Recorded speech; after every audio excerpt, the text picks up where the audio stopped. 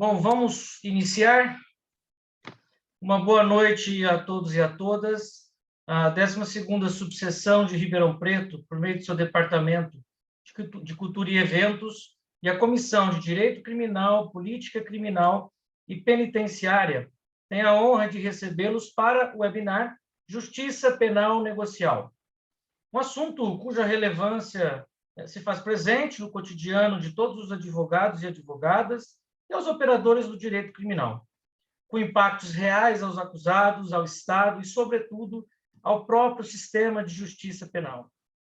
Chamo a atenção aos participantes que tenham interesse pela certificação do evento e cujo certificado será emitido pela OAB, que coloquem aqui no chat o nome completo e também o e-mail, por gentileza. Lembrando que o documento não poderá ser confeccionado após o término do evento. Algumas saudações aqui iniciais. Inicialmente, ao presidente da 12ª subseção, o doutor Luiz Vicente Ribeiro Correia, presidente do Departamento de Cultura e Eventos, o doutor André Luiz Carrenho Geia, os palestrantes convidados, professores, juristas, advogados, doutor Alamiro Veludo Salvador Neto e Nefe Cordeiro, que, inclusive, é ex-ministro do Superior Tribunal de Justiça. A todos os eventuais diretores que estejam aqui conosco hoje, conselheiros, demais autoridades, ficam aqui os nossos agradecimentos. Por último, e não menos importante, poderia deixar de mencionar os valorosos membros da Comissão de Direito Criminal, doutoras Gabriela Rodrigues, que é a vice-presidente, doutora Jéssica Nozé, Carolina Sabá, os doutores Douglas Marques, Alexandre, Maurício Lins Ferraz, Gabriel Rodrigues e Giuseppe Falco. Os trabalhos serão divididos em duas partes. A primeira, sobre a gênese do direito penal negocial, sobre o modelo anglo-saxão, e a segunda, sobre a negociação penal no direito brasileiro. Para dar início aos trabalhos, convidamos, então, o primeiro expositor, doutor Alamiro Veludo Salvador, que está com a palavra. Tudo bem, muito boa noite a todas e todos que nos acompanham. Eu queria agradecer muito a 12ª subseção da Ordem dos Advogados do Brasil, da minha Ribeirão Preto, né? Embora há tantos anos vivendo em São Paulo, sou um ribeirão pretano e é sempre uma satisfação enorme participar dos eventos da Ordem, e faço isso tanto na pessoa do nosso presidente, o Dr. Luiz Vicente, quanto do Dr. Guilherme, que honrosamente me deu a possibilidade de participar dessa conferência. E eu fico extremamente honrado e satisfeito de ter ao meu lado o Dr. Neff Cordeiro, ex-ministro do Superior Tribunal de Justiça, meu colega no IDP, né, Instituto de Direito Brasiliense, e dizer que é muito boa essa oportunidade de ouvir, inclusive posteriormente, o Dr. Neff falar sobre esse assunto, porque confesso, Dr. Neff, que um dos livros que funcionam como maiores referências, não só acadêmicas, mas também na advocacia, é o vosso livro a respeito da colaboração premiada. É um livro que consegue unir de forma muito interessante, de forma clara, mas também profunda, os problemas, né, que a justiça penal negocial naturalmente trazem, e como que os tribunais, e os desafios que os tribunais têm de lidar com essa modalidade. Então, não tenho a menor dúvida que o Dr. Neff é muito mais conhecedor desse assunto do que eu me propus até a fazer essa pequena abordagem em razão de uma peculiaridade que há no Brasil, de um desenvolvimento tardio, se é que é possível dizer assim, pelo menos em comparação aos modelos do sistema anglo-saxão, dessa justiça penal negocial. Quando nós observamos as primeiras disposições brasileiras a respeito do assunto, datam fundamentalmente do final dos anos 80, do começo dos anos 90, quando algumas primeiras cláusulas começam a aparecer de forma ainda muito tímida e laterais no sistema jurídico, outorgando alguns benefícios ao acusado que confessasse ou que, mediante as suas informações, permitisse algum grau de desbaratinamento ou de facilitação da condenação de outros. Muito menos, portanto, vejam, uma justiça negocial, no seu sentido estrito da expressão, e muito mais uma dinâmica premial, aprofundando aquela lógica da confissão, mas uma confissão que não baste ao próprio acusado, mas que tenha algum caráter de alteridade no tocante aos demais. Esse movimento se inicia, inegavelmente, no final dos anos 80, com a Lei 9.099 de 95, há uma grande transformação, é verdade, na lógica do sistema brasileiro, mas confesso que o que me chamou a atenção foi, a partir dos anos 2000 e 2010, principalmente, a partir dessa última década, com uma série de normas, até que o ministro Sérgio Moro, ainda no ano de 2018, apresenta um pacote de mudanças legislativas, ainda no bojo, no fluxo da Operação Lava Jato, apresentando ali alguns modelos iniciais de justiça penal negocial. E aí, sem dúvida alguma, uma alteração do próprio paradigma de funcionamento do judiciário brasileiro. Eu, diante daquele quadro, aproveitei, e a minha formação não é propriamente de processualista, mas é de direito material, mas aproveitei uma estadia que fiquei no comecinho de 2019, durante janeiro, fevereiro e março, na Universidade de Oxford. E ali busquei tentar compreender como que funciona ou quais são os paradigmas dessa justiça negocial, que é tão afirmada, principalmente no modelo anglo-saxão, utilizando como dois referenciais, obviamente, o Reino Unido e, principalmente, os Estados Unidos, que é o país onde, de fato, o chamado plea bargaining é uma cultura e é um fenômeno absolutamente difundido no âmbito da prática judiciária. E acredito que, para que nós possamos compreender um pouco desse alicerce da justiça penal negocial, eu me permitiria aqui apontar duas características que talvez pudessem explicar, e aqui é uma hipótese intelectual, né, que é passível, portanto, de refutação, mas duas questões que me parecem apresentam o sistema anglo-saxão, que diferem do nosso sistema romano-germânico ou do sistema continental e que facilitam, no âmbito daquela racionalidade jurídica, uma maior aceitação dessa justiça negocial ou desses acordos hoje também tão falados na Europa e na América Latina. A primeira característica, que é uma característica que eu diria de mentalidade, ou seja, há uma mentalidade jurídica, há uma compreensão a respeito do direito significativamente distinta entre o modelo anglo-saxão e o modelo romano-germânico.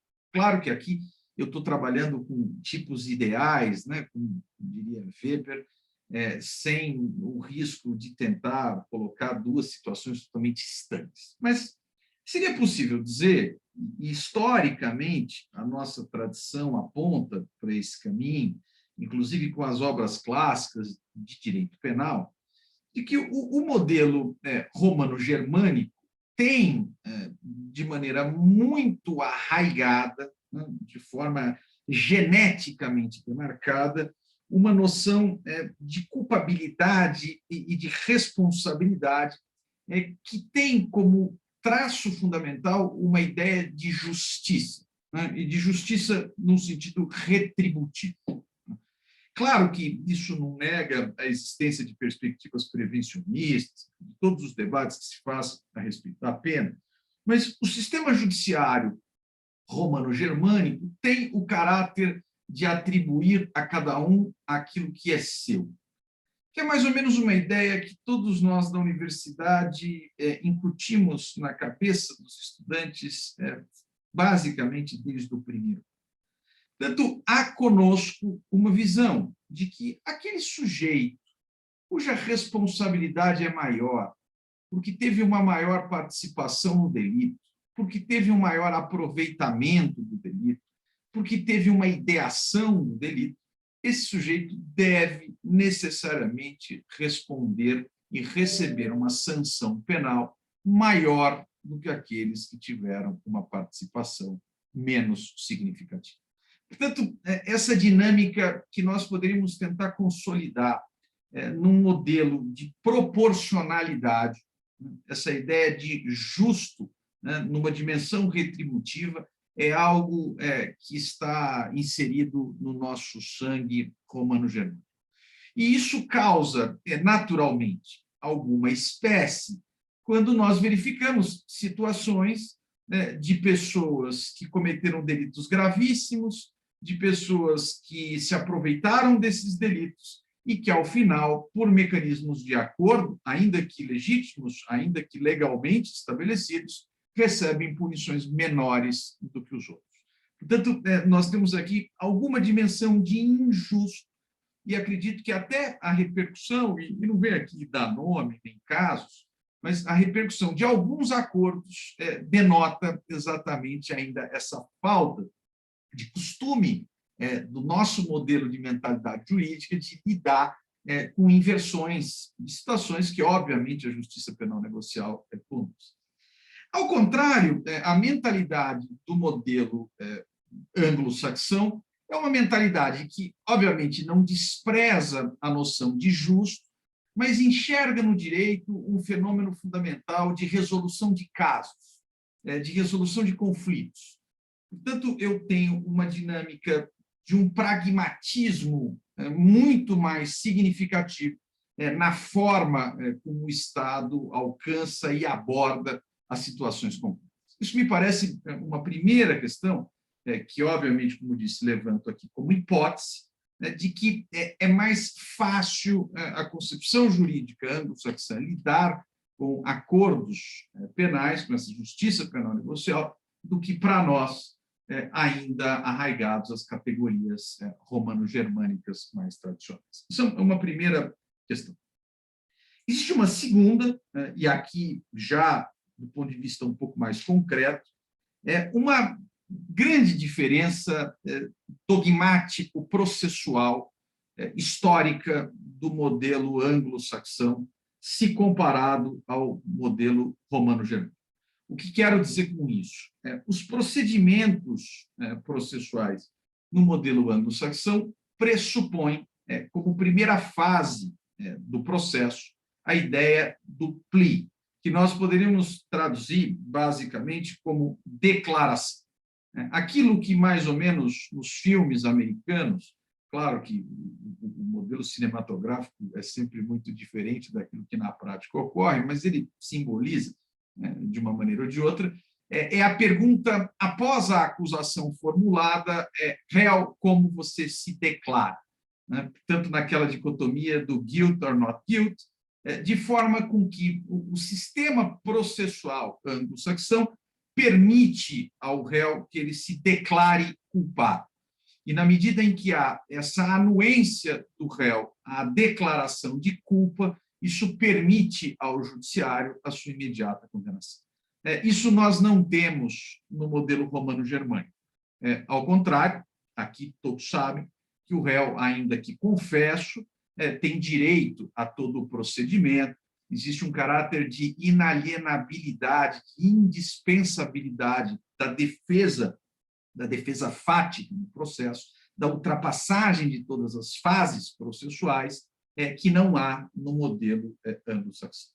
Isso, em alguma medida, conecta com a primeira temática, não é? Ou seja, uma dinâmica pragmática, onde eu declaro culpado e isso é suficiente, já que não há mais uma dissintonia entre Estado e acusado, enquanto aqui a ideia do justo pressupõe a inteireza do processo, ainda que o acusado tenha confirmado, digamos assim, aquilo que foi postulado pelo Ministério Público na acusação. É exatamente essa possibilidade do réu se declarar culpado que faz com que eu tenha nos Estados Unidos, e voltamos a isso, principalmente no final do século XIX, o início de um modelo sistemático de plea bargain. Dentro dessa ideia, ainda muito inicial, que coloco aqui, o sistema anglo-saxão costuma definir a noção do plea bargain de maneira muito simples. Fundamentalmente, nós poderíamos defini-lo como o procedimento, e aqui aproveito para ler uma pequena definição de Polly Springer, que é uma autora britânica, que diz o seguinte: se trata, basicamente, do procedimento, portanto, de uma lógica de processo, por meio do qual o acusador e a defesa chegam a comum acordo, resultando essencialmente em espécie de contrato. Para tanto, o acusado dispensa algo que é muito complicado para nós, da nossa índole romano-germânica, o acusado dispensa o seu direito de ser processado e julgado em processo criminal, trocando esse direito. Portanto, eu troco o direito ao processo, algo que sou estranho para nós, pela redução da gravidade dos delitos, ou então pela redução da severidade da sentença. Em outras palavras, o acusado admite a responsabilidade sem submeter-se ao processo. E, como contrapartida, a acusação concorda em retirar certas imputações ou recomendar ao tribunal uma sentença mais favorável. Fundamentalmente, essa é a ideia da justiça negocial no âmbito anglo-saxão, o que aqui não difere muito da abordagem propriamente brasileira. Claro que aqui existem muitas nuances e diferenças, por exemplo, entre o sistema norte-americano e o sistema britânico.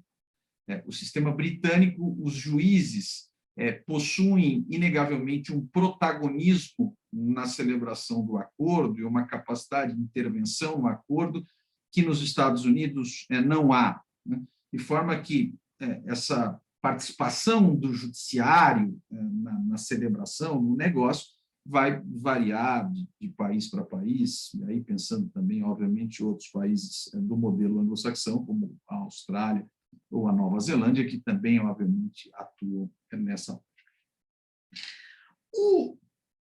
Existe, da mesma forma, uma explicação histórica pela qual os Estados Unidos foi o grande protagonista, o grande quase que inventor dessa generalização dos modelos de acordo. A literatura norte-americana, curiosamente, costuma dizer que os acordos eram muito raros nos Estados Unidos, embora esse plea, ou seja, essa possibilidade de se declarar culpado, seja inerente ao início do próprio judiciário e do processo anglo-saxão, mas os acordos começam fundamentalmente nos Estados Unidos após o início da Guerra Civil. A Guerra Civil Americana se dá entre 1861 e 1865, então nós estamos aqui na segunda metade do século XIX.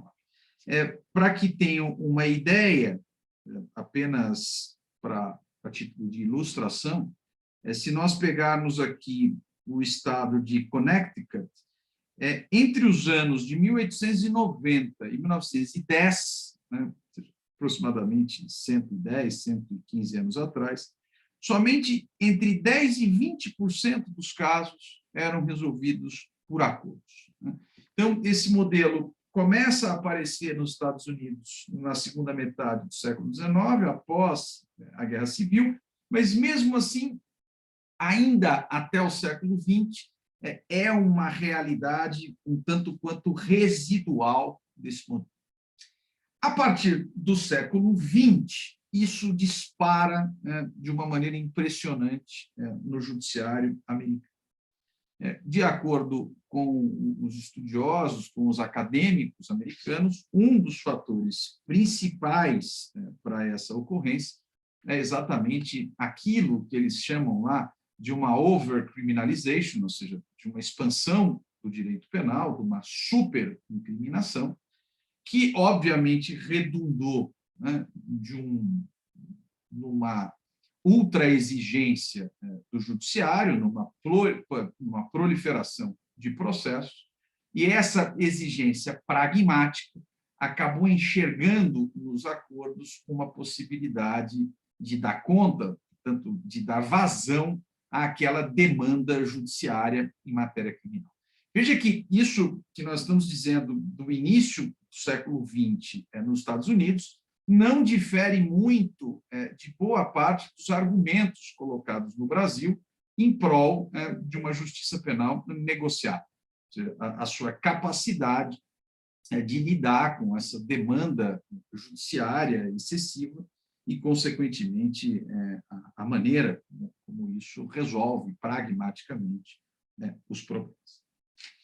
Existe, entretanto, e acho que esse é o ponto que eu gostaria de dar um pouco mais de atenção, uma característica muito própria desses acordos penais, em geral, que é aquilo que eu permito chamar de uma tendência à hegemonia no procedimento penal. que eu quero dizer com isso? Há uma visão, e esse foi um dos motivos pelos quais os europeus sempre tiveram uma dificuldade, hoje cederam, mas sempre tiveram uma dificuldade a essa temática, de que a negociação penal nunca vai conseguir ser uma característica lateral ou circunstancial do modelo de justiça penal. Em outras palavras, quando eu abro a porta para a justiça penal negocial, ela vem e aquilo que aparentemente se destina a um pequeno número de casos, logo vai tomando conta do sistema como um todo. Os espanhóis, por exemplo, são extremamente críticos da posição adotada na Espanha de resolução dos casos por acordo há alguns anos atrás e que hoje representam a maioria da forma de solução de casos no judiciário espanhol. Em outras palavras, é mais ou menos, para utilizar aqui uma metáfora, como aquele convidado que, uma vez que você chama para a festa, ele toma conta dela, né?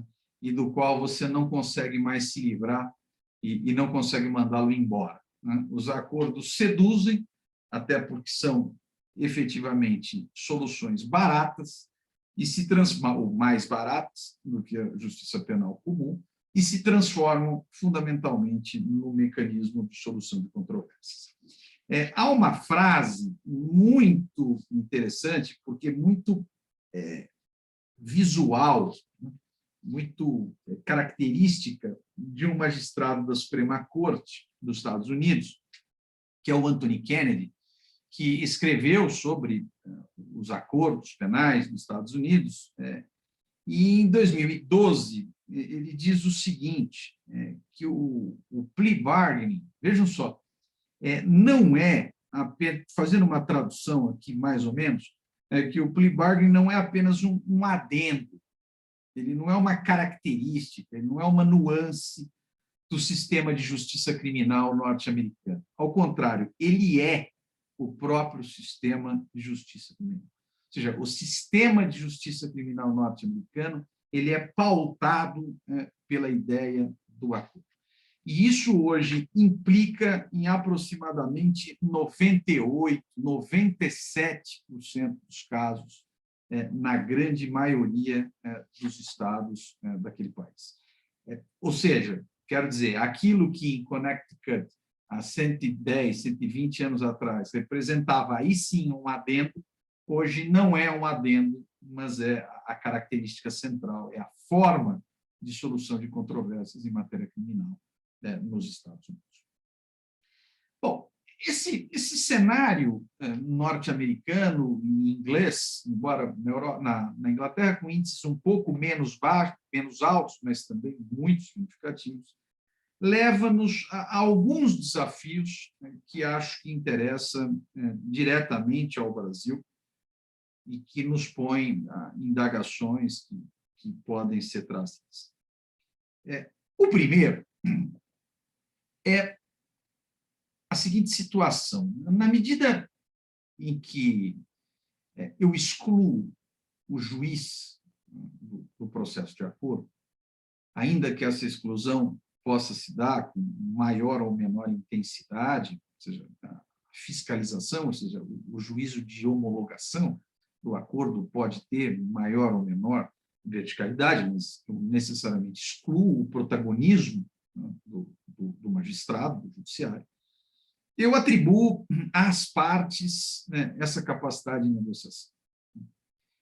Ocorre que, e acho que aqui nós todos concordam, no âmbito do sistema criminal, é muito difícil nós pensarmos que materialmente as partes negociam em condições iguais.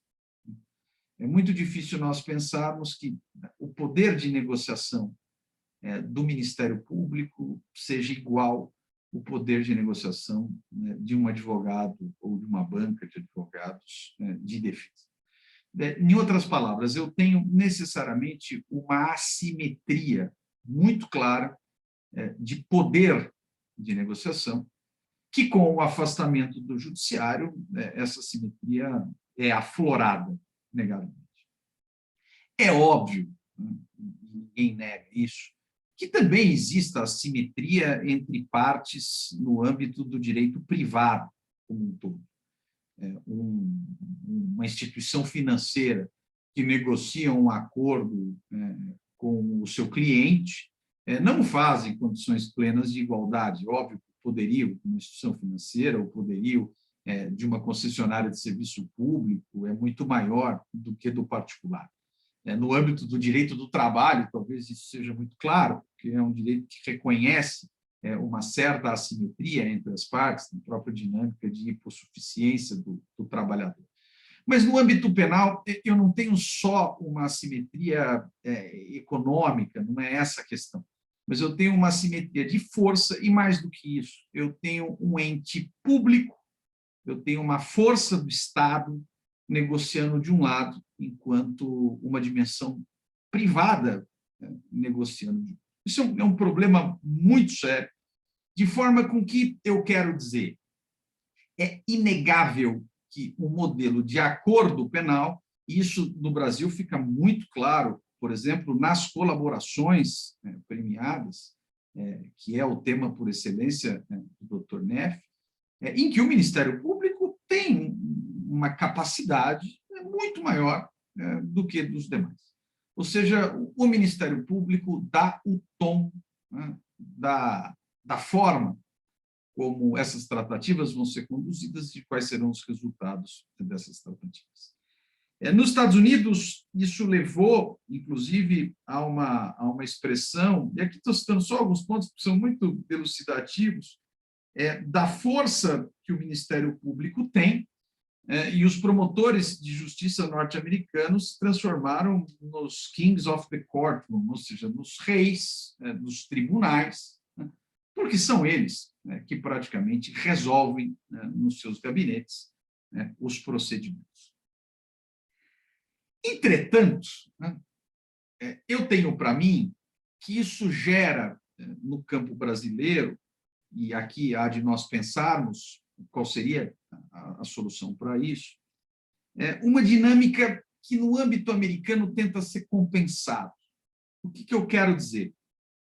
Nos Estados Unidos, embora o Ministério Público tenha, inegavelmente, essa força de celebrar um acordo de colaboração, de celebrar um DPA com uma pessoa jurídica, de celebrar um plea bargaining com um indivíduo acusado de qualquer delito que seja, existe como um fator limitador dessa discricionariedade exacerbada do Ministério Público um custo político. O que quero dizer? O District Attorney, ou seja, o procurador-geral dos Estados Unidos, ele é eleito. Veja que essa ideia da eleição do procurador, da eleição, não dos promotores, não são todos os cargos do Ministério Público que são eleitos, mas essa eleição, essa escolha do procurador, faz com que exista sobre a atuação do Ministério Público um crivo político popular. Em outras palavras, o procurador norte-americano que celebrar um péssimo acordo de colaboração premiada, seja porque deu benefícios demais a um indivíduo que não merecia, seja porque o acordo não alcançou aquelas finalidades que se buscava até então, ele passa por um crivo da opinião pública em relação ao qual ele presta contas. Tanto se eu tenho muita discricionariedade por um lado, de outro lado, eu presto contas. Isso nós não temos no modelo brasileiro. Ou seja, o procurador da República ou o promotor de justiça, ou seja lá quem for, no âmbito do Ministério Público, que tenha uma realização equivocada de acordos, de certo modo, não tem por quem ser cobrado pelas suas escolhas. E isso faz, inclusive, que exista uma dimensão política nessa lógica. Tradicionalmente, estados governados por democratas possuem acordos, plea bargaining, em relação a drogas, muito menos exigentes do que procuradores de estados governados pelos republicanos. Da mesma forma, existe essa distinção no âmbito da própria presidência da República, no caso do procurador-geral. Vejam, então, que os acordos de colaboração e a prática do Ministério Público em alguma medida, um referencial de realização de política pública do Estado. Não sei se me faço claro nessa tentativa de explicação, mas existe aqui uma função de política pública nos acordos, de maneira com que por detrás deles exista um método, e não uma decisão individual dada pelo promotor A ou B, que entenda que aquilo é mais justo ou menos justo. Isso fez, por exemplo, que nos Estados Unidos a grande preocupação dos ministérios públicos, ou dos district attorney, do US attorney, seja a elaboração de critérios. Isso é um problema nosso no Brasil, né? Quantas vezes nós, advogados, nos deparamos com aquela situação: poxa, eu celebrei aqui um acordo, o critério era um, agora o critério é outro, né? E até difícil quando um cliente lhe questiona quais serão as cláusulas, seja de uma colaboração, seja de hoje um acordo de não persecução penal, que é difícil, porque aqui há um voluntarismo, né, nessas decisões. Nos Estados Unidos é nítida a preocupação que os respectivos entes acusatórios têm na elaboração de critérios, porque, em outras palavras, eu posso ser mais rígido ou eu posso ser mais leniente, mas eu não posso tratar casos iguais com réguas distintas. Eu preciso ser coerente, ou seja, eu preciso de uma política pública sobre os acordos de forma coerente. Isso levou a um segundo aspecto em que, no Brasil, nós temos muita dificuldade, que é a elaboração de dados estatísticos. É uma justiça preocupada com dados, com a informação. Isso, sabe, no Brasil é algo muito recente, muito recente. Aqui, praticamente, a jurismetria é algo reduzido a mínimas circunstâncias. Nós temos uma dificuldade estatística, e o doutor Guilherme não me deixa mentir, porque ocupa esse espaço na OAB em Ribeirão Preto. Nós temos dificuldades estatísticas prisionais, no Brasil. Até os anos 90, ninguém sabia ao certo, porque os dados eram todos descentralizados, já que a competência é das unidades da federação, e o DPEM, anos depois, começou a tentar algum nível de sistematização. Nos Estados Unidos, em relação a esses acordos, até para orientação de critérios, feitio dessa ideia de políticas públicas, existe uma preocupação estatística muito significativa.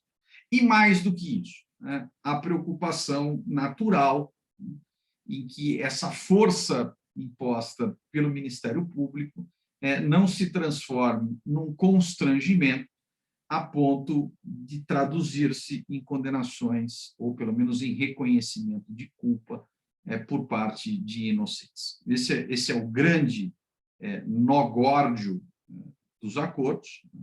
É sabido tanto no Reino Unido quanto nos Estados Unidos, isso escrito expressamente pelos estudiosos do assunto, de que o rigor do judiciário, nos casos em que não existe o acordo e se vai ao trial, ao processo propriamente dito, o rigor das condenações acaba funcionando como um mecanismo intimidatório e dissuasório da possibilidade do réu pensar em querer se defender. Eu prefiro admitir uma culpa e garantir uma pena pequena do que me arvorar ao desafio, à incerteza do processo sob o risco de uma grande condenação. E isso cria um viés natural, um viés de tendência de que aqueles mesmo inocentes considerem a possibilidade de acordos, ou até considerem acordos reconhecendo delitos mais graves, ou circunstancialmente mais graves do que aqueles que, de fato, cometeram. Ou seja, o acordo ele desfaz um pouco o compromisso com aquele compromisso judicial do processo criminal, com uma tentativa de reconstrução de fatos. Né? O acordo sublima a importância disso, né? E coloca ali, identificando com aquilo que eu originalmente chamei desse viés muito pragmático do modelo anglo-saxão. Tem um último aspecto que eu me permito aqui destacar, que talvez seja aquele que sempre mais preocupou o judiciário brasileiro, os advogados, o Ministério Público, a academia, etc., que é um certo viés, né, que nos Estados Unidos é assim posto. Aqui o problema poderia ser relativamente redesenhado, mas de um viés racial nesses acordos, de forma com que lá nos Estados Unidos brancos seriam favorecidos em detrimento de negros. Ou seja, haveria inegavelmente premissas ou requisitos mais brandos em relação aos brancos para a celebração do acordo do que se comparado aos negros. A pensar que nos Estados Unidos o índice de encarceramento, sabem todos, né, que os Estados Unidos é o país com o maior número, com a maior população prisional do mundo, né, chegando às raias dos 2 milhões, né, de indivíduos presos. No número de encarceramento de negros é 5 vezes maior do que o encarceramento de brancos. Quando se coloca a atribuição, por exemplo, da pena de morte, esse número ainda é muito mais elevado em negros e latinos do que se comparado aos brancos. Mas o fato é, e aqui é muito interessante a solução que algumas pesquisas chegaram nos Estados Unidos dentro dessa dimensão de dados estatísticos. E aqui é uma sutileza muito curiosa. Chegaram, e depois eu posso até passar essas pesquisas para o Dr. Guilherme, que pode também deixar à disposição dos nossos convidados, daqueles que nos assistem, de que existe um viés racial, não em todos os casos. E aqui se faz uma separação naquelas situações de acordo em que eu tenho uma prova já bastante clara da responsabilização daquele réu, e por isso ele opta pelo acordo, e daqueles casos em que o réu opta pelo acordo, mas a prova não é uma prova tão robusta, há dúvidas, de modo que ele poderia até buscar aí uma opção pelo processo, né? Mas não faz, e por garantia opta pela barganha. Quando eu tenho uma prova muito robusta sobre os acontecimentos, a disparidade das sanções acordadas entre brancos e negros não faz muita diferença. Imaginando aquela situação onde nitidamente fulano A, branco, fulano B, negro, cometeram o delito, não há uma diferença significativa nas cláusulas estatuídas pelo mesmo Estado em relação a esses indivíduos. Esse viés racial aparece, entretanto, nos casos onde eu não tenho elementos tão robustos de prova. Nesses casos, tradicionalmente, as exigências feitas aos negros são mais drásticas e severas do que aquelas feitas aos brancos. Isso porque, né, e pelo menos essa é a hipótese levantada pelos americanos, na falta de informação, eu não consigo preencher o elemento risco de recidiva, ou seja, risco de reincidência. E aí eu preencho subjetivamente. E nessa subjetividade e no preconceito, o fato do réu ser negro outorga ao procurador responsável pelo acordo uma elevação do risco de recidiva, de forma com que ele celebra esse acordo em condições piores do que aquelas que são celebradas pelos brancos. Isso é próximo, né, em alguma medida, embora no Brasil as pesquisas sejam muito precárias, e não quero ser leviano aqui de forma alguma em fazer uma afirmação, naquelas situações fronteiriças, no caso, por exemplo, de drogas, onde eu não sei ao certo se aquilo é um uso, é consumo pessoal, se aquilo é tráfico, e aí aqueles critérios, né, de circunstâncias, etc. E nesse momento, né, onde eu tenho a dúvida, o viés racial aparece, né, o preconceito aparece, no qual, em relação a uns, eu tendo a imputar o tráfico, que teria o perfil, né, aquela ideia do arquétipo do traficante, e para outros eu opto pelo consumo para uso pessoal. Isso acontece no âmbito norte-americano e objeto de inúmeras, como diz, várias pesquisas, onde esse risco de recidiva, nos casos de deficiência probatória, a exigência em face dos negros é muito maior do que aquela feita em face dos brancos. Em outras palavras, eu acredito que esse modelo de acordos, vários outros pontos eu poderia levantar aqui, mas eu não vou tomar mais tempo, eles, por um lado, obviamente, permitem uma solução pragmática dos procedimentos, e eu não sou nenhum antagonista a respeito de uma justiça penal negocial.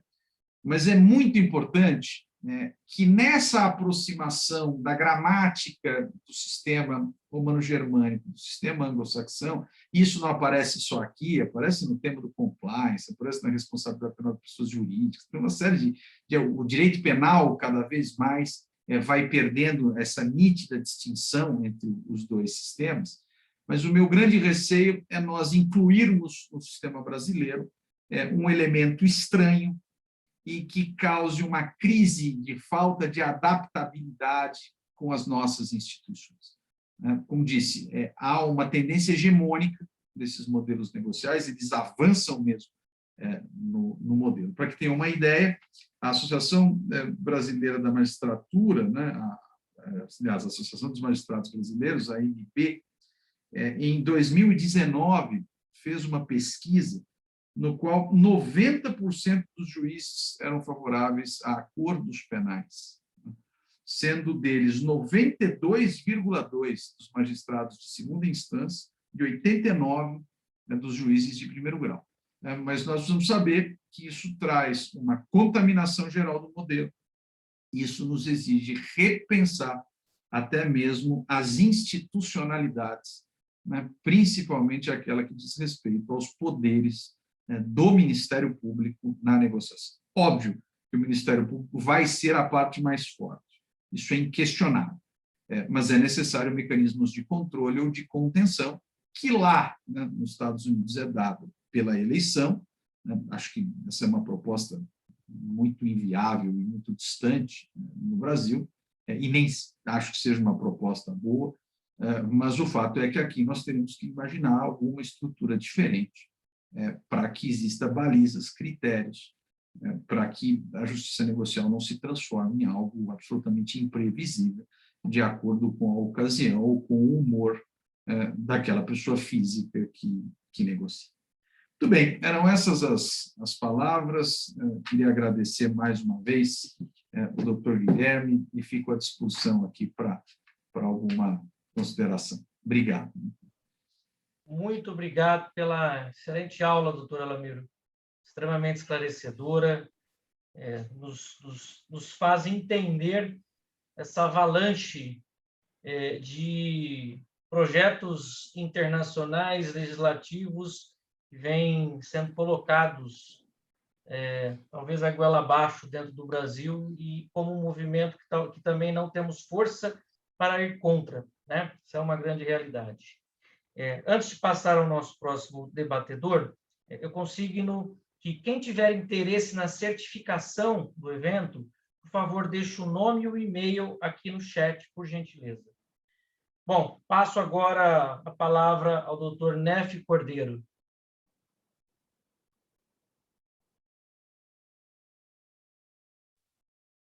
Boa noite a todas, a todos.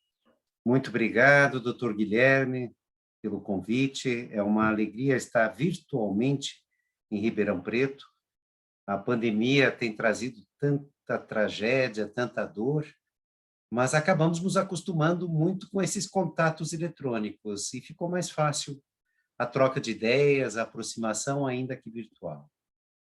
Eu cumprimento ao doutor Alamiro. Doutor Alamiro, tivemos contato já em banca de mestrado, em eventos. Sou um admirador do doutor Alamiro. Estou aqui para aprender com o doutor Alamiro e é uma alegria poder trocar ideias.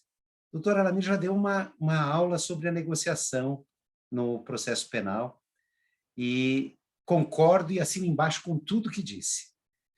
E até com alguma dificuldade em alguns momentos, porque fui juiz por 32 anos, mas reconheço as tendências do processo penal e concordo.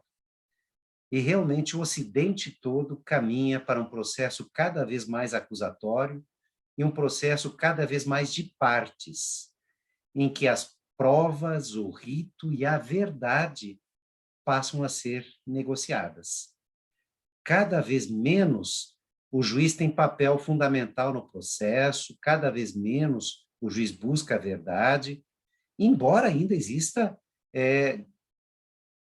alguma resistência que não é pequena. O Tribunal Penal Internacional, as cortes internacionais têm todas a previsão da busca da verdade real num papel ativo do juiz. Mas a tendência das legislações processuais não é essa. É das partes, realmente, cada vez o poder maior.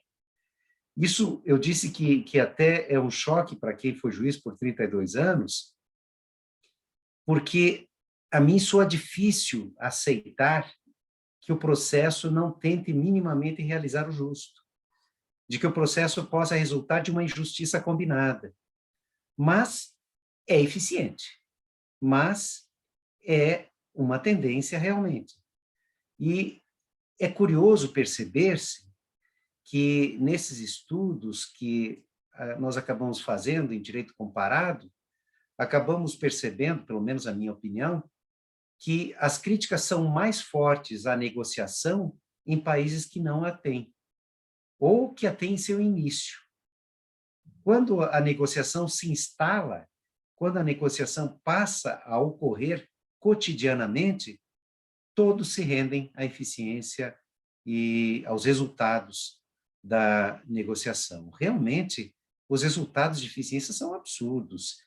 O doutor Alamiro falou no maior modelo, no plea bargain americano, na negociação nos Estados Unidos, em que mais de 90% dos processos, alguns na Justiça Federal, chega a quase 97%, 98% dos processos são resolvidos por negociação. E aí dá para fazer um processo bem feito nesse percentual mínimo que sobra. Nós aqui estamos mudando gradualmente, mas ainda temos o princípio da obrigatoriedade da ação penal. Nós fingimos ou fingíamos que processávamos todos os autores de crimes, quando de fato sabíamos que isso não acontecia e que isso é impossível. Quero ver quem entre os colegas aqui já tentou ir fazer a comunicação, até como advogado talvez tenha um atendimento maior, mas quem viu, por exemplo, um parente seu ir à delegacia tentar fazer um boletim de ocorrência por furto de um celular, por furto de um móvel seu, é quase certo que isso não terá persecução criminal, não terá nem inquérito, provavelmente, instaurado. E, por outro lado, mesmo assim, a quantidade de processos é tão grande que fica difícil realmente materializar a justiça. E agora eu digo até de cadeira, estou há menos de 2 meses aposentado, já estou me adaptando, feliz na nova vida de pareceres, advocacia, mas senti até há pouco a realidade do que é receber 80 habeas corpus por dia, mais uns 20 a 30 recursos especiais e arespes, num dia. E nossos colegas advogados sabem que alguns fazem petições de habeas corpus em 5 folhas e outras fazem 500 folhas. E todas merecem ser lidas de igual modo e precisam ter a justiça dada de igual modo. E como vai se fazer justiça em 100 processos num dia? Quem é esse juiz que consegue ler 5.000, estou chutando baixo, 5.000 folhas em uma tarde, pensar no direito aplicável e decidir essas 5.000 folhas com pedidos variados. E se não decidir isso, no dia seguinte eu dobro. Então, não dá mais para fingir que processamos tudo, todos os agentes de todos os crimes. A tendência está sendo, sim, dar cada vez mais valor à manifestação das partes, ao acordo das partes, formal ou informal. Isso, o doutor Alamiro esteve na Europa, falou na Espanha. Nós temos modelos variados nos países que fazem até negociações informais em um processo abreviado, onde o réu simplesmente aceita a pena imposta logo após o flagrante, por exemplo, na Itália, e não recorre. Isso, no fundo, é um acordo. Não houve um termo de acordo, mas ele aceitou a proposição de pena. São as partes, de novo, negociando penas, negociando a verdade. Claro que, como disse o doutor Alamiro, é preciso importar com cautela, porque nossos sistemas são diferentes. O modelo que é mais citado, que é o dos americanos, o Ministério Público é atividade de Estado, atividade política, exercida discricionariamente.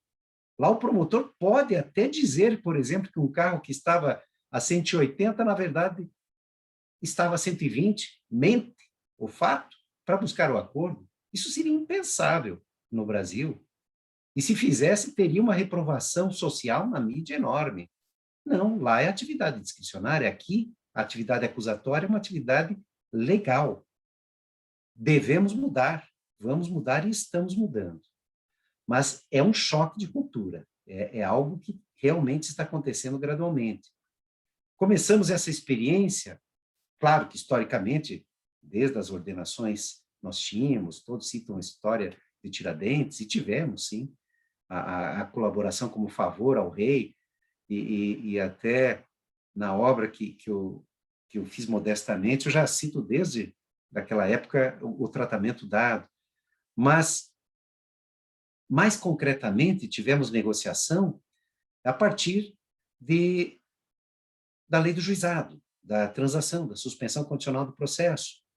E já na época, eu lembro até que eu preferia já se dar um alcance maior do que acabou dando ao Supremo, que acabou trazendo à transação um mero critério de condição para a extinção da punibilidade do processo. Se cumprirem a transação, se extingue o processo. Não cumprido, o processo retoma seu curso. Eu já preferia que fosse realmente pena, como assunção de culpa, para evitar um prosseguir depois do processo.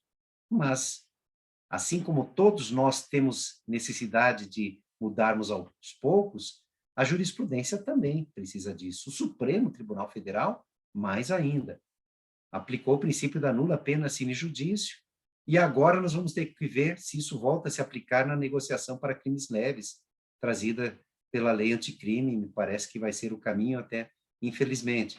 Mas estamos evoluindo. Da transação e da própria suspensão condicional do processo, caminhamos mais formalmente para a negociação na colaboração premiada. E digo mais formalmente porque os favores a quem colaborasse no processo para a demonstração da organização criminosa, sim, vou até falar de modo diferente, para quem demonstrasse a estruturação do grupo criminoso, porque não precisávamos nem ter organização criminosa propriamente dita, na lei de crimes tributários, tráfico de drogas, na lei de proteção a testemunhas, enfim, várias leis já previam favores a quem colaborasse, revelando a estrutura do grupo criminoso, o produto do crime, e sempre vinculando a matéria específica. O favor na lei de drogas era vinculado ao grupo de tráfico de drogas, favores ligados ao crime de tráfico de drogas. A mesma coisa em crimes financeiros, em crimes tributários. Sempre havia alguma vinculação, mas já haviam esses favores. Com a Lei 12.850, nós passamos a ter uma forma regulada. Os favores já eram aplicados. Eu lembro que eu era desembargador federal em Porto Alegre, região sul, e o Sérgio Moro era juiz na vara do sistema financeiro em Curitiba.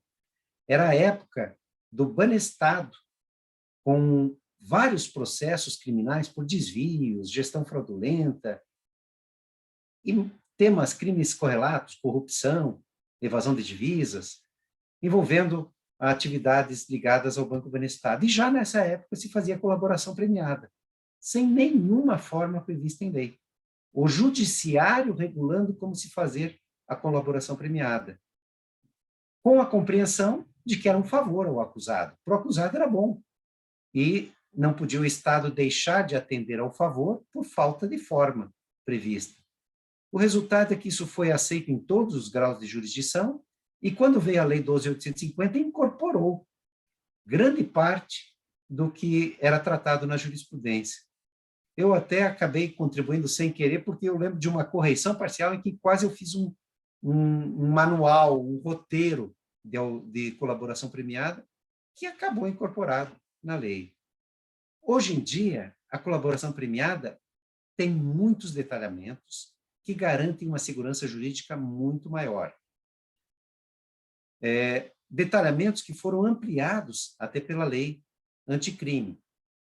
Mas ainda muitas lacunas acontecem, muitas dúvidas existem, e o judiciário vai criando a solução a essas lacunas.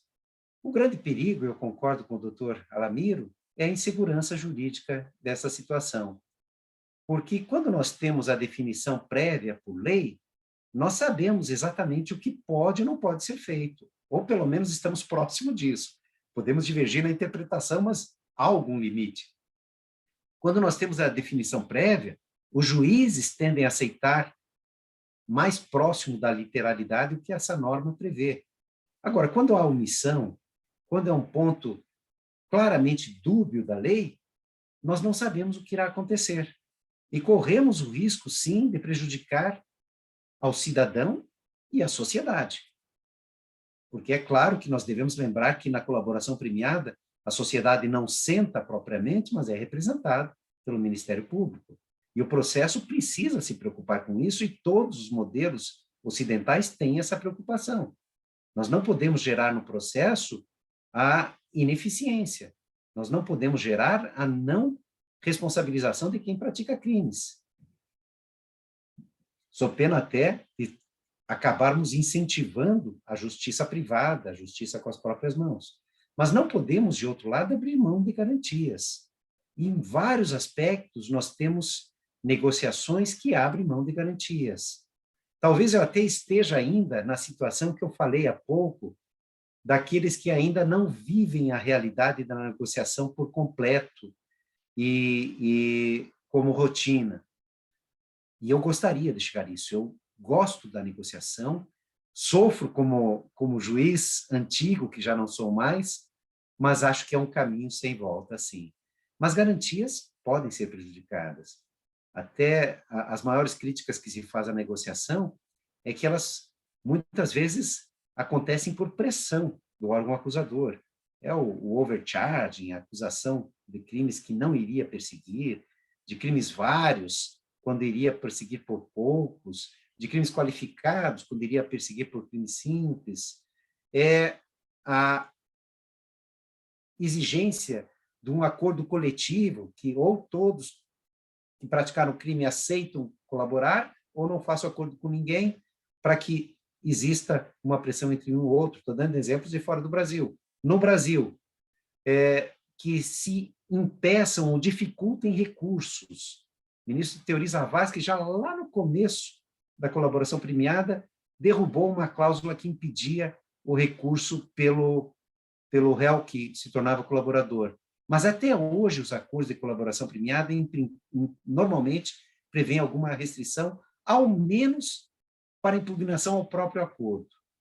E, por vezes, nada impede, mesmo logicamente, que o colaborador queira os benefícios da colaboração, mas ache, por exemplo, que não há justa causa, que não há crime.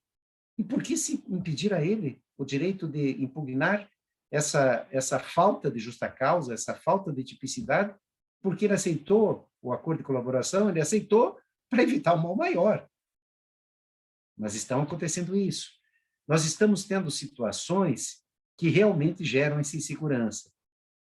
Um dos grandes pontos da minha preocupação é a violação à legalidade. Eu não consigo aceitar direito penal e processo penal sem lei. Adoro a negociação, mas quero a negociação dentro da lei.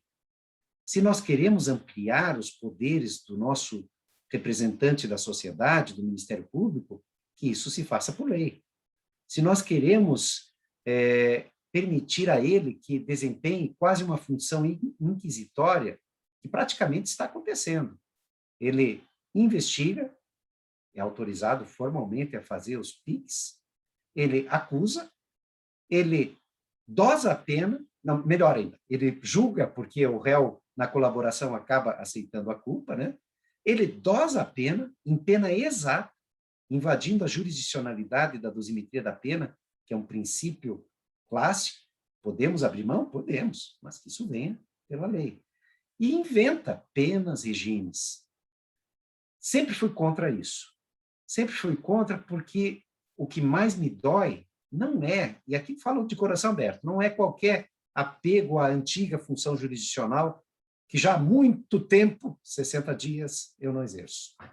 Não é nenhum apego a isso. É a preocupação pela insegurança.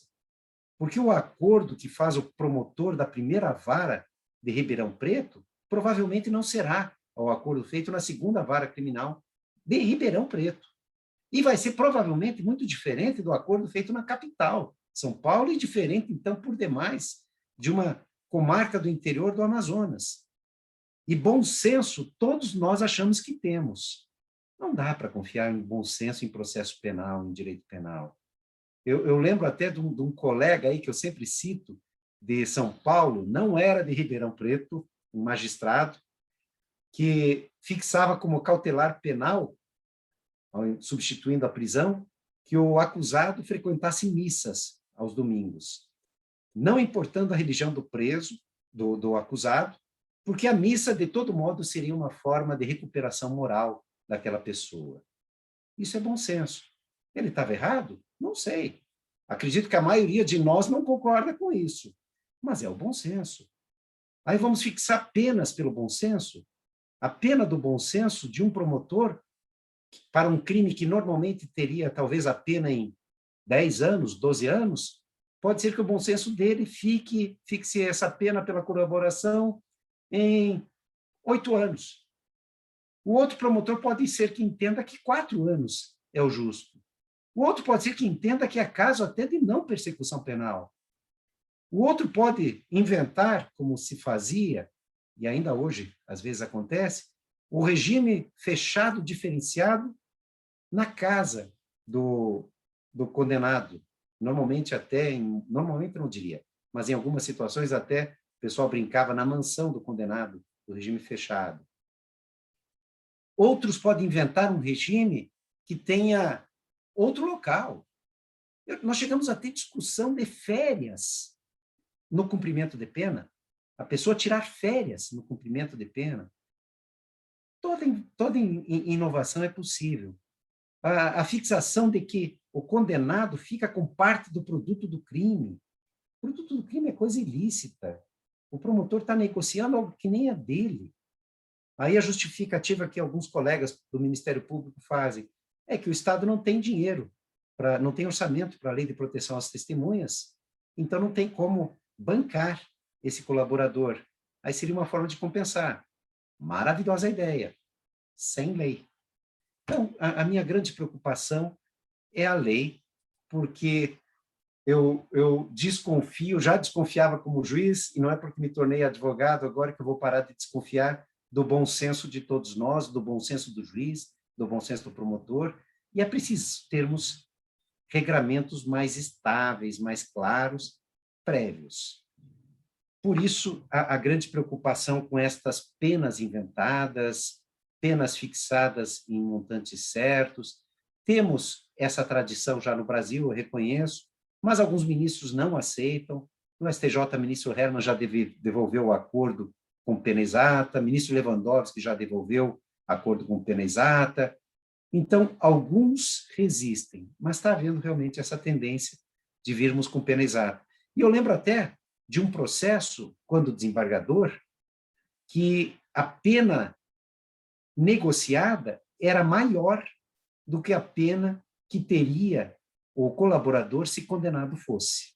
Ou seja, fez um péssimo negócio, porque, com o máximo respeito, seu advogado e o promotor não deviam entender muito de dosimetria, porque negociaram uma pena altíssima, ele estando como colaborador. Pena maior do que ele teria se chegasse no tribunal como condenado pelo crime. E aí alguém percebeu depois e entraram com habeas corpus, e na época eu admiti, embora nos acordos estivessem proibidos os mecanismos recursais. É preocupação que precisamos ter o limite da legalidade. Volto a dizer, sou totalmente favorável à negociação, quero que se amplie, mas dentro da lei. Vamos evitar a criação fora da lei, porque ela gera insegurança, gera diferença de tratamentos. E justiça com tratamento desigual não é justiça. Temos outras questões várias, relevantes. Talvez a mais relevante, seja a mais discutida, seja do limite da colaboração premiada. Eu sempre entendi que há limite. Eu não consigo aceitar a mudança da colaboração premiada para uma espécie de whistleblower, de um delator do crime de terceiros. A colaboração premiada, no Brasil, ainda é inspirada mais no modelo italiano do que no modelo americano. Ela ainda é destinada aos menores integrantes da organização criminosa, para que destes menores eu consiga descobrir o crime do capo da máfia. Eu não vou fazer colaboração premiada com o capo da máfia para prender o seu motorista. É o contrário. Se eu preciso de um capo da máfia para denunciar outros capos da máfia, muito bem, mas vai ser um ou outro. Ela está acontecendo no Brasil como se fosse uma negociação normal, como se fosse até algo parecido com a plea bargain, mas no nosso sistema. Eu cheguei a ver processo, até advogado comentou comigo, de um processo no Mato Grosso, em que tinham 4 réus, 3 fizeram colaboração. Que processo é esse? Meu Deus do céu, eu fico imaginando, nessa altura até coitado, né? Do 4º réu, quando ele sentava no banco ali para ser interrogado. Ele não tinha mais um promotor, ele tinha 4 e, se bobear, até 5 com o juiz, a promotores do outro lado. Não dá para ser assim. Podemos chegar a isso? Maravilha. Pela lei podemos chegar. Não é assim colaboração premiada. E por isso, todas as leis de colaboração premiada vieram com limites claros. Eu até comentei, a lei de drogas previa os favores para quem revelasse estruturação criminosa em crimes de drogas. A lei de crimes tributários fazia o mesmo para crimes tributários.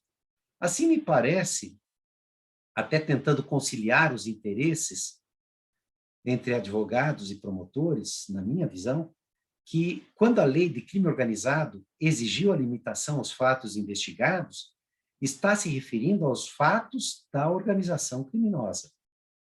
Porque o que não me parece razoável é que alguém passe a vida coletando provas dos crimes dos outros, para que um dia, se ele for descoberto, ele saia entregando todo mundo e tenha vantagens. Isso não é colaboração premiada. Isso poderia ser até algo mais como um informante, alguma testemunha por recompensa, mas ele nem faz parte da maior quantidade desses crimes. E isso estava acontecendo.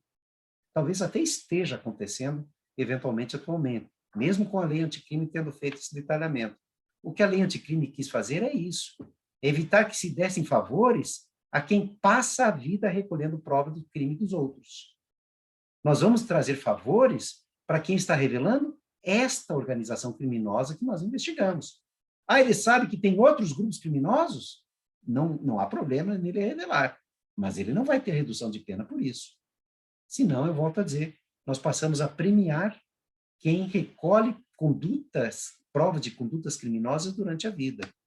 E ainda não conheço em nenhum sistema algo exatamente assim. Nem o whistleblower é isso.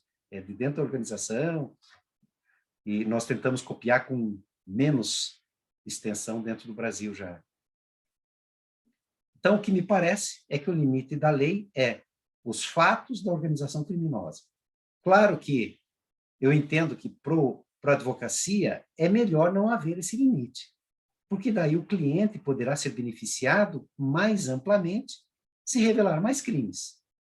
Concordo até que para o próprio Ministério Público pode haver esse interesse de não ter limites, porque ele também vai ter provas de mais crimes. Mas se desmoraliza o processo e corremos o risco seríssimo e que nós, advogados, precisamos ter, que é o risco do direcionamento do processo. Quando eu permito que se fale de quaisquer crimes, de quaisquer pessoas e quaisquer instituições, alguém vai colocar um direcionamento.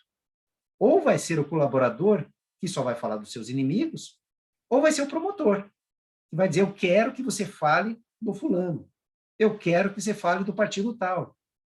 E vocês trabalham na advocacia há muitos anos, se eu já ouvi várias histórias assim, vocês devem ter ouvido também, de direcionamentos.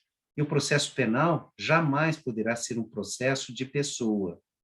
Claro que se nós quisermos usar a máquina estatal com quebra de sigilos, quebra de comunicações para direcionar a um inimigo, há uma enorme chance de acharmos algo errado que ele fez. Mas isso não é processo democrático. Isso é vingança do persecutor estatal, vingança pessoal. Nós não podemos admitir isso. E só a lei é que nos dá esses limites, essas garantias. Eu estou, pelo tempo, selecionando só alguns pontos. Vamos ver. Outro ponto é que me parece interessante discutir, especialmente para advogados, é que a lei fala expressamente que o desinteresse de celebrar acordo impede o uso das provas do colaborador para qualquer outra finalidade, mas está se referindo ao desinteresse do Ministério Público em celebrar o acordo. É a vedação da torpeza própria, ou seja, o promotor poderia, e a lei quer impedir isso, o promotor poderia fingir que pensa fazer um acordo, pede ao colaborador que traga os elementos que tem, o promotor vê os elementos, descobre quem são os integrantes, onde é que está o produto do crime, quais são as contas bancárias, e daí fala, não tem interesse. O que você trouxe não é relevante. Só que a informação ficou. E a lei tenta evitar o uso dessa prova. O problema é como controlar isso, né? Porque alguém já leu, alguém já teve acesso. No mínimo, fotocópia e scanner foi feito, né? Claro que ninguém vai dizer aquela fonte, porque nenhum promotor vai ser louco de anular o processo, mas a informação ficou. Agora, pode acontecer pior ainda. O colaborador pode ser considerado como uma pessoa que não mais cumpre ao acordo de colaboração por um processo de rescisão, que a lei não previu como é feito, mas quando entenda o promotor que o réu descumpriu as condições do acordo. Aí vai entender que é caso de rescisão e as cláusulas, normalmente, dos acordos de colaboração prevêem que o Ministério Público poderá fazer uso das provas trazidas pelo réu, inclusive contra o colaborador. E aí voltamos a ter o não aproveitamento da torpeza própria, porque não aí pela conduta individual do promotor, mas pela conduta como Estado persecutor. Porque o Estado recebeu essas provas com a confiança do réu acusado de que ele teria uma contrapartida para isso.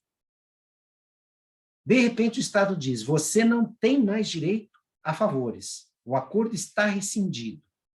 E o pior, essas cláusulas normalmente prevêem que a pessoa perde todo o favor, que eu também não concordo, mas prevê isso.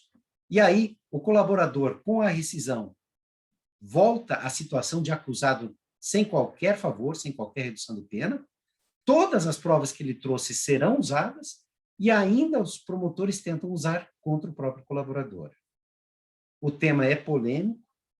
Minha posição pessoal, posso falar aqui porque os advogados vão gostar, meus colegas. Minha posição pessoal, primeiro, eu trato esse acordo bilateral com consequências do Código Civil de ser bilateral. E faço um exemplo muito simples. Se nós contratamos alguém para pintar o nosso apartamento e ele pinta todo o apartamento, mas não pinta a cozinha. Não importa a razão, ele pode até dizer, de propósito, não vou pintar de propósito a tua cozinha. Nós não vamos pagar nada? Podemos até pensar numa espécie de multa na redução proporcional da cozinha, mais um pequeno acréscimo, porque nós estamos precisando pegar outro pintor, causou algum transtorno, mas nós vamos pagar. Todo acordo bilateral é assim. Quando não se resolve amigavelmente, o juiz fixa quais são os ônus para cada parte.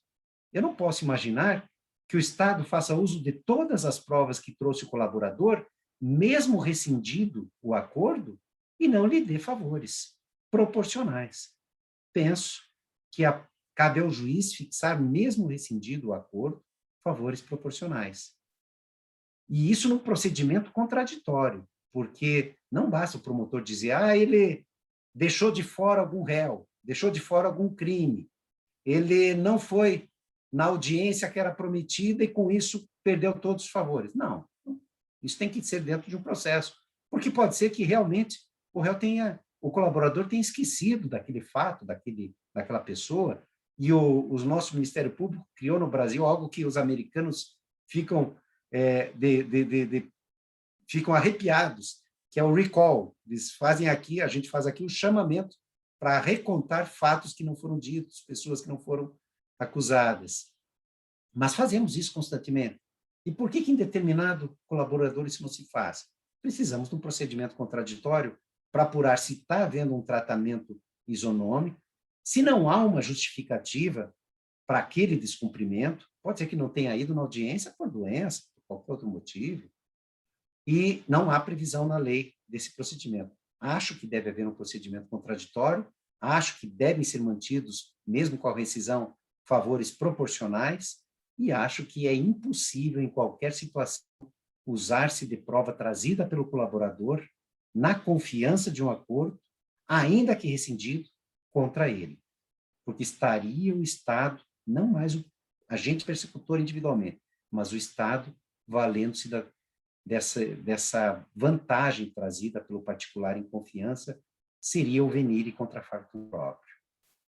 Bom, temos vários pontos muito interessantes, muitas omissões ainda na lei, a exigência de corroboração por prova independente, que surgiu no Supremo e agora é expressa, e que, infelizmente, na realidade, ainda nem sempre é respeitada. Eu mesmo, nesse meu pequeno período já de advocacia, pareceres, já peguei 2 ações de pessoas denunciadas com prisão, com cautelares fixadas, colaborador. O Ministério Público fala em várias coisas, mas tudo da palavra do colaborador. Então, essa corroboração por prova independente, não do próprio colaborador, já está definida na jurisprudência, já está definida na lei, mas ainda precisa ser incorporada pela nossa tradição jurídica. A negociação é tendência, sou plenamente favorável, gostaria apenas que ela acontecesse dentro dos limites da lei. Agora, em respeito até aos meus colegas, digo que, se for feita contra a lei, obriga o Estado. O cidadão acreditou no acordo feito pelo Estado por seu representante e não pode ser traído. Após a homologação pelo juiz, esse acordo faz realmente lei entre as partes. E aí não pode, no momento da sentença, o mesmo ou outro órgão julgador, especialmente em caso de colegiados, onde a homologação é feita pelo relator e o julgamento por um órgão colegiado, não pode o órgão colegiado dizer que era ilegal, que era desproporcional, mesmo porque, como disse o doutor Alamiro, o juiz brasileiro não pode entrar na negociação. Então, feito o acordo, já não importa mais se era legal, ilegal, proporcional ou não. O colaborador, cumprindo a sua parte, tem direito ao cumprimento integral dos favores prometidos pelo Estado. Muito obrigado pelo convite, foi um prazer aprender com o doutor Alamiro, um prazer a troca de ideias aqui não, já estou me considerando em Ribeirão Preto até, mas é um prazer esse convite, é um prazer esse contato. Muito obrigado. Obrigado, doutor Neves Cordeiro. Quero dizer, e sem sombra de dúvida, pelo menos pelos colegas da área criminal aqui da nossa querida Ribeirão Preto e região, porque a nossa subseção ela é grande, né? Ela abarca desde Jardinópolis até Santa Rosa do Viterbo, então são vários municípios, e acredito que também é uma percepção no cenário nacional de que a figura do senhor enquanto ministro do STJ era alguém que a advocacia muito buscava enquanto referências nas decisões, e essa compreensão que o senhor nos trouxe, sem sombra de dúvida, demonstra como, de fato, trabalhava, né? A advocacia e a cidadania, antes de tudo, agradece por termos tido, infelizmente, não termos mais, não obstante outras figuras, como o senhor também, nos tribunais superiores,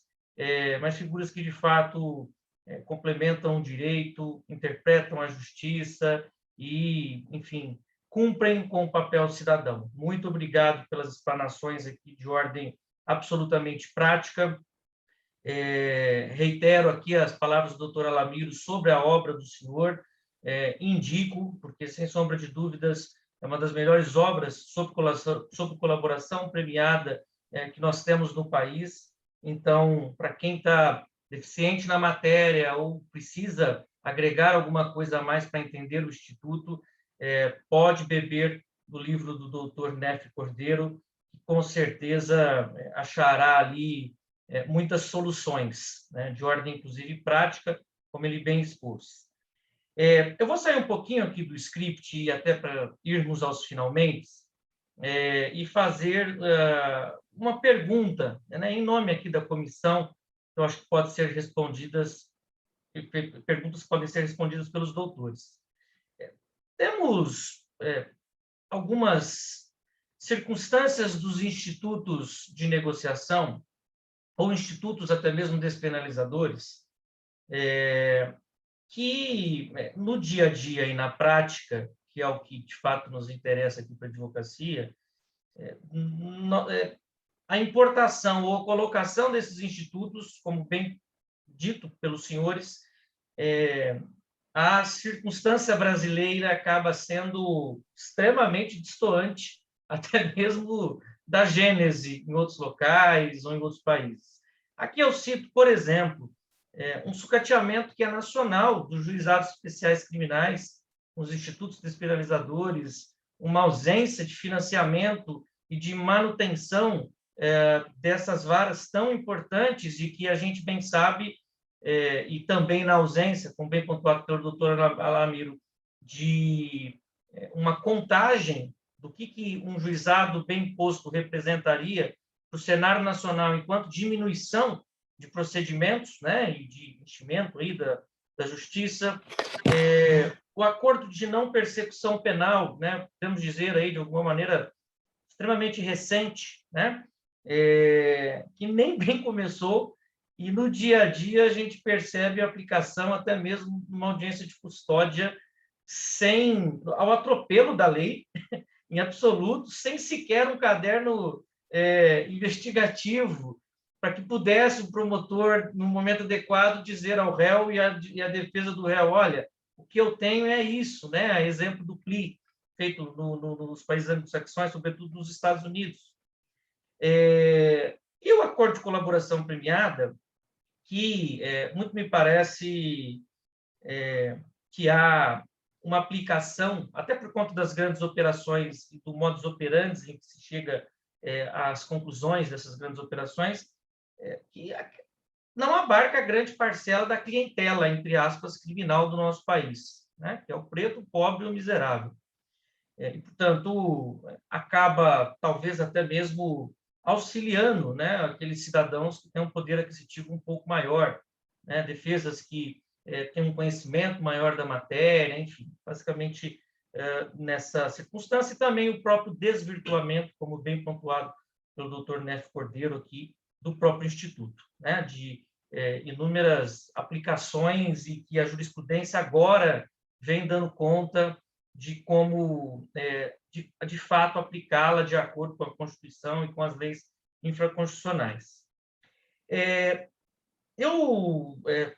Nessa questão da legislação, o doutor Neff bem colocou, eu venho percebendo, doutor Neff, doutor Alamiro, que essas instabilidades vêm sendo corrigidas não pelo Estado brasileiro em si, enquanto legislação infraconstitucional ou mesmo constitucional, mas pelo próprio Ministério Público, por exemplo, por meio de normativas internas, de como organizar uma delação premiada, por exemplo, né? E ainda mais o afastamento do próprio Poder Judiciário dessas instâncias normativas, que acaba, inclusive, se tornando refém, de alguma maneira, daquilo que é posto.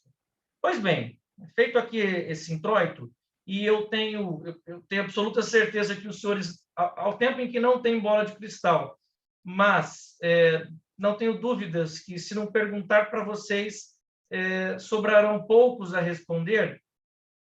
Qual que é o futuro do direito penal negocial para o Brasil daqui 10, 15, 20 anos? Começo aqui até pela precedência, doutor Alamiro. Isso é uma pergunta, poderia ter facilitado um pouco o nosso trabalho na indagação, né? Eu acho que existem algumas questões que poderiam ser levantadas sob esse aspecto, né? Eu vi, de algum modo, né, estava na faculdade, já logo após a criação dos juizados, e eu me lembro que eu tinha aula com um saudosíssimo professor de processo civil, o professor José Inácio Botelho de Mesquita, que era uma referência no Largo São Francisco, e o professor Mesquita era absolutamente inconformado, né, com os juizados. Isso no âmbito do direito civil, né, do processo civil.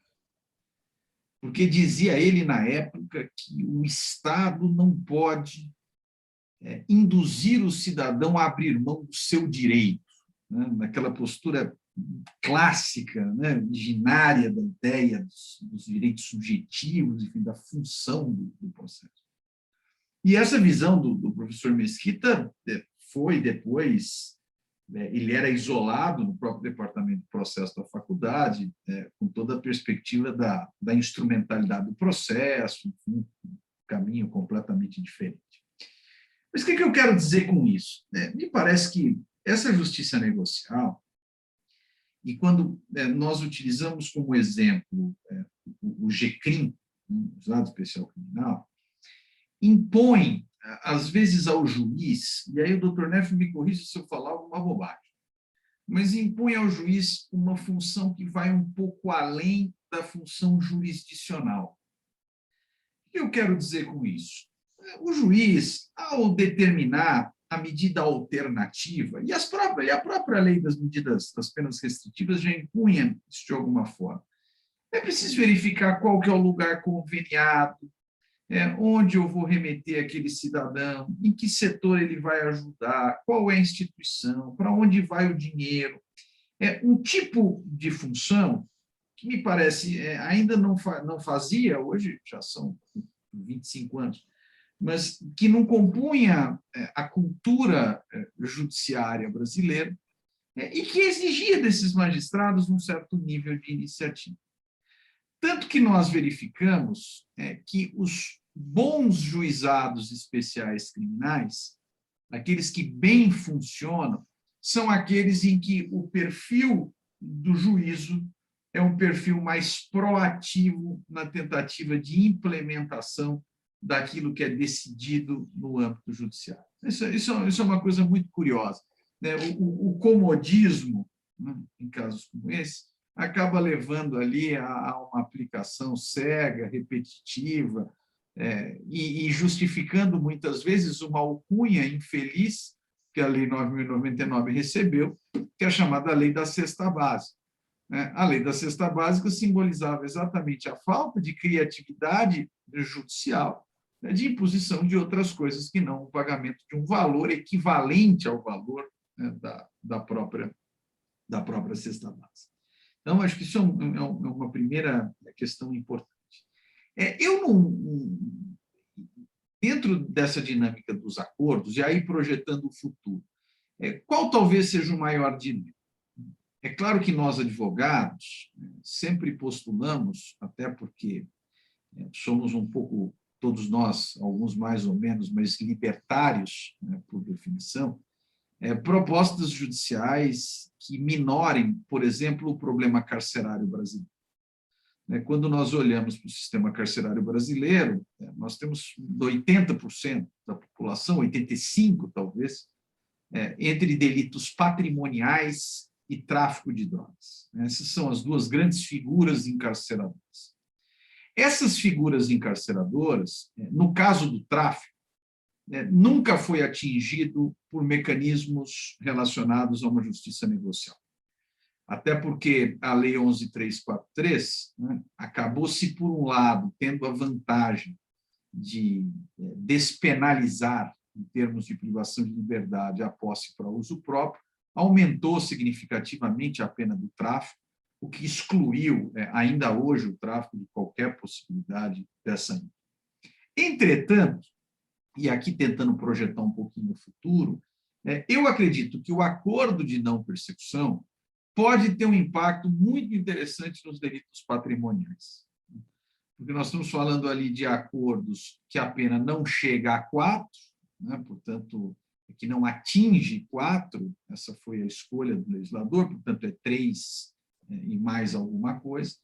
E, embora isso não alcance, evidentemente, o roubo e a extorsão, que seriam os dois delitos violentos em termos patrimoniais, o acordo de não persecução passa a ter aplicabilidade, sim, ao delito de furto, ao delito de estelionato, ao delito de apropriação indébita e à figura da receptação, que, embora não sejam individualmente os mais significativos em termos de encarceramento, têm um impacto muito forte ainda no âmbito prisional. Então, quero crer, vamos ver, acho que os acordos de não persecução ainda estão iniciando, é algo relativamente novo, qual vai ser, de fato, a consequência que isso vai trazer para o encarceramento dos delitos patrimoniais. Olhando delitos patrimoniais sem violência ou grave ameaça, se isso acontecer, de fato, nós vamos ter aí um bom legado, ou uma boa missão ocupada por essa justiça negocial. Mas, pensando ainda mais em termos de futuro, eu não por querer adivinhar, mas por observar as experiências dos países europeus, que são aqueles mais vinculados à nossa realidade, pelo menos em termos de tradição jurídica, a tendência é uma ampliação inexorável, e aí o Dr. Neff, acho que não só nesse ponto, mas principalmente nesse ponto, tem uma razão total de que nós vamos viver uma nova realidade, uma nova mentalidade no judiciário brasileiro. E aí isso impacta, inclusive, já que nós estamos no âmbito da OAB, até mesmo, doutor Neff, a formação do advogado. Porque o advogado não é mais aquele combativo que vai enfrentar o leão, aquela coisa da advocacia sempre na dinâmica do enfrentamento. Mas o bom advogado é aquele que sabe sentir a sensibilidade do processo, quais seriam as consequências, e mais do que isso, que tem a capacidade de negociação, em mesa de negociação, para conseguir para o seu cliente as melhores condições possíveis. Isso passa a ser uma ferramenta fundamental na formação do advogado, e que nós, da nossa geração, pelo menos, não tivemos. Aprendemos de um jeito e tivemos que, na prática, compreender uma outra possibilidade de atuação. Muito obrigado, doutor Alamiro. Doutor Neff está com a palavra. Estou impressionado como eu concordo em tudo com o doutor Alamiro. Eu não sei se é porque o doutor Alamiro é brilhante, isso eu sempre soube, ou se é reflexo já da minha aposentadoria, mas eu estou concordando integralmente. Realmente, eu até falava, estou brincando, claro, mas eu concordo integralmente. Porque até a visão dos juizados coincide, semelhante à que eu tenho. Eu cheguei a fazer eventos, vários, para juízes, porque não me conformava na transformação dos juizados em mero rito de vara criminal. O juiz do juizado, aí sim foi uma aposta do legislador no juiz do bom senso, no juiz da equidade. E acabamos transformando os nossos juizados numa nova vara, numa nova cópia da justiça ordinária, piorada, porque o volume é tão grande que impede os princípios da celeridade, da economia, e aí a gente vai entrando em todos os formalismos, começou a se criar cada vez mais recursos, e naturalmente eu entendo que para a parte é interessante o recurso, mas não era esse o foco do juizado. Marinoni até disse que perdemos uma grande chance de termos um processo sem recurso, claro que não no criminal, mas no cível. Mas juízes de turma recursal agora têm função exclusiva, e aí, naturalmente, de tanto ficar corrigindo a decisão dos outros, se sentem superiores aos outros juízes. Nós criamos uma espécie de tribunal de alçada. Cada juiz acaba mudando a forma de fazer a justiça de um modo perigoso, e realmente nós estamos vivendo essa preocupação. Além do juizado terem se transformado numa justiça ordinária, com muito mais processos, nós perdemos em controle dessa justiça ordinária. Estão acontecendo abusos, estão acontecendo erros, a negociação cada vez mais é descontrolada. Não vou nem entrar em aspectos até piores, que são até mais preocupantes, de gestão das verbas desses fundos, destinatários. É muito perigoso o caminho que estamos tomando nos juizados. Eu adoro juizados, tentei até sensibilizar os juízes, enquanto era desembargador, depois ministro, mas foi o caminho que acabaram seguindo. Os juízes se acostumam tanto a fazer um processo de um modo que, de repente, vem a lei e tenta desengessar, desprocessualizar, e não conseguem. E quando é para fazer um processo mais simples, mais baseado na vontade das partes, nem aí conseguem também a dificuldade. Então, é uma preocupação.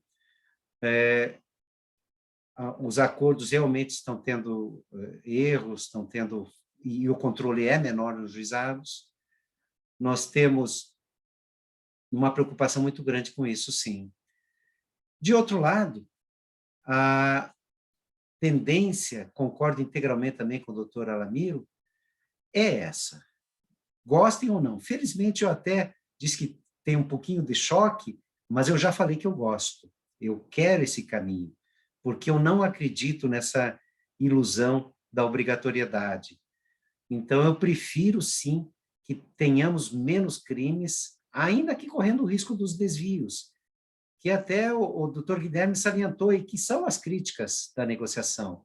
As críticas de que o pobre pode aceitar o acordo porque tem dificuldade de defesa, as críticas de que pode haver um abuso estatal na persecução para forçar o acordo, as críticas de que, até foi lembrado para o professor Alamiro ainda na academia, de que ninguém pode abrir mão do direito ao devido processo, à presunção de inocência, e isso acontece na negociação, mas é a tendência, e volto a dizer, nos países onde a negociação se implanta, cedem as críticas praticamente desaparecem, e isso vale inclusive para nós aqui da América Latina, nos países que já praticam alguma modalidade de negociação, e temos pelo menos meia dúzia de países que praticam desde confissão da culpa como condição da não persecução penal por insignificância, como a Costa Rica, colaboração premiada na Argentina, temos acordos no Chile, e assim vão indo. Enfim, é uma tendência mesmo. É necessário para isso, e aí é que eu fiquei impressionado, estou concordando em tudo mesmo, é necessário para isso que nós mudemos até na nossa formação. Nós estudamos direito, nós não estudamos negociação, não sabemos negociar, e corremos o risco de fazer uma péssima negociação. Nós precisamos nos preparar, sim, para esse processo negocial. E tenho até certeza que, se não nos prepararmos, alguém virá com esse preparo. É um caminho que eu vejo como muito forte, muito grande. Assim como surgiram advogados especialistas em colaboração premiada, nós vamos ter advogados especialistas em negociação criminal. E se não fizerem isso, daqui a pouco o cliente sabe negociar melhor do que ele. Então, precisamos nos adaptar a isso. E quando eu digo precisamos, agora nós estamos falando entre advogados, mas eu digo até para os dois lados. O promotor também. O Ministério Público também não tem a mesma formação e também vai precisar do mesmo preparo técnico. É uma evolução. O direito, como toda relação humana, não estaciona. Nós temos mudanças normativas, temos mudanças de concepções e precisamos mudar a nossa técnica também. Parabéns aos advogados que estão nos assistindo, até por isso, porque em pandemia, 8h46 da noite, estão nos acompanhando aqui. É a tentativa de buscar algo novo, algo diferente, de se aperfeiçoarem. Parabéns a todos, parabéns à OAB de Ribeirão Preto. Doutora Lamiro, acho que eu vou parar de falar porque eu estou concordando demais, não faço nada de divergência. Parabéns pelo evento. Obrigado, doutor Neff. Obrigado pela excelente aula que os senhores deram. Foram substanciais.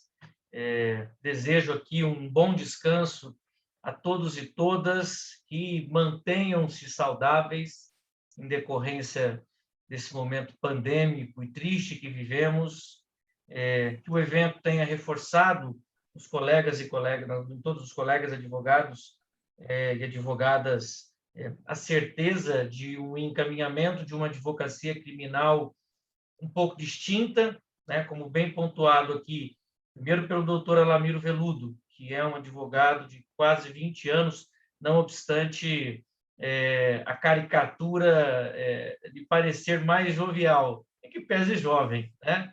E aqui o doutor Neff, presume-se a autoridade que foi, no sentido de passar para a advocacia agora enquanto colega, as suas experiências enquanto autoridade, tem um currículo brilhante, passou por diversos concursos, diversos cargos enquanto autoridade e deixou o STJ, aqui reitero, recentemente. Enfim, excelente noite a todos e muito obrigado. Obrigado. Um abraço, doutor Neff. Um abraço, Guilherme. Doutora Lamiro. Tchau. Obrigado, doutor Guilherme. Um abraço a todos. Abraço a todos. Tchau.